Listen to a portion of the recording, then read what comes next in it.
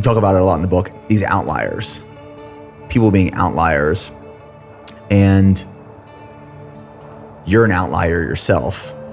What separates someone considered an outlier from everyone else? If I had to just sum it up, it would be obsession. Because you'd say, well, are you an outlier? Do you want to be an outlier? Most people would be like, I don't even know what that means really, other than, well, you could be like, you're so weird. Nobody wants to hang around you. So it's like, oh, that guy's an outlier. Why? Oh, he's kind of a freak. When I think of it, it's always success related. It's achieving goals. It's you've risen to the top of whatever field you're in. So for these people, no matter what it is, you can talk about being a scientist, a runner, lifting weights, endurance athlete. It's so much passion has been involved in that journey that they've dedicated their life generally to one pursuit. And because of their success in that pursuit, they've made this name for themselves. And that's what I call an outlier. So every person in the book, every person who I've sat across the table with, I've tried to learn what makes them an outlier in their field. Why do people, if they think about this one endeavor, think that they have a name, right? Mm-hmm. If you think of ultra running, you think, Courtney Dauwalter, have you ever heard of her? Everybody's heard of her, right? So it's like she's the outlier in ultra running. If I think of science, Andrew Huberman, people think of that name. So it's like what you have risen to the top to where when people think of that field, your name's going to come up. That's who I want to learn from. So another quote in your book, which I want to share because there's a question around it, from Oscar Wilde. The only people I would care to be with now are artists and people who have suffered. Those who know what beauty is and those who know what sorrow is. Nobody else interests me. I just want to hear your thoughts and perspectives on the dangers of surrounding yourself with people who are unfamiliar with suffering. Yeah, I mean, it's just you live too comfortable of a life, and I don't see you achieving anything great. I think like you have to know suffering. Suffering also pulls back the curtain on a different type of existence. I think that if this comfortable life, avoiding pain or discomfort at all costs, I think is I don't know, it's not going to lead to a very fulfilling life, in my opinion. So why would I spend time around people like that? I want people who have suffered, they can add something to my life. There's either the discussion or their presence or there's just more layers to somebody who's been through more or sees things like an artist might see things. So that's what I think of there. And if you're not around people like that too, I mean, you don't know what you don't know, but I think you're missing a lot.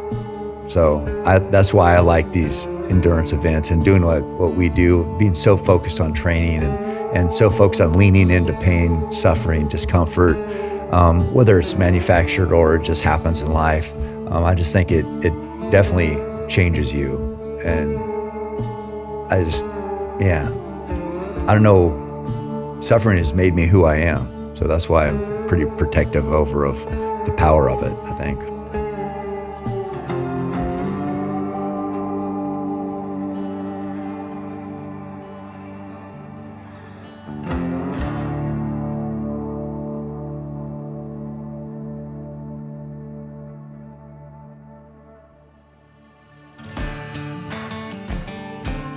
Because in regular life, you can pretend a lot of things.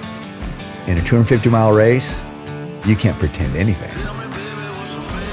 So I can say all this. I can say this stuff like I'm tough. I can put up my stats like I did 20 miles today. It doesn't mean anything. You got to show it. You got to prove it. That's scary.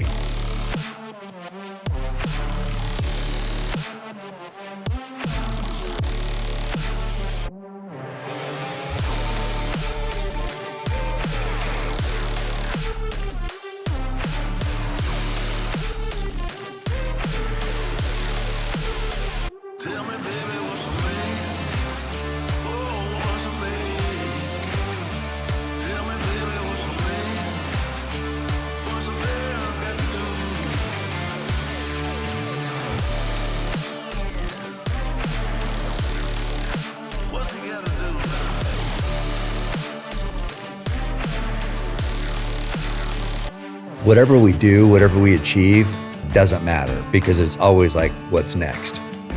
Or even if you didn't achieve something, if you did a race, you DNF'd or you lost your job or whatever, it doesn't matter. You're gonna have to get back on the horse, get back to work. What you do next is what matters. So regardless of the outcome of what just happened, nobody cares. You gotta get back on the grind. And like, okay, what are we gonna do about it? But my first book did good. It wasn't number one. I wanna be number one. So should I be happy I made New York Times on the first one? Yeah, I guess. But the goal is to be number one. So it's like, no matter what happens, I'm always like, okay. A lot of people fail and then they get distracted or lose interest or whatever. It's just like, that's when you really need to buckle down. Both those times we can let our guard down and get weak. When we win, we can get complacent because you're like, I got this figured out. When we lose, we can get discouraged and say, what's the use? Both those times are critical. Get back to work.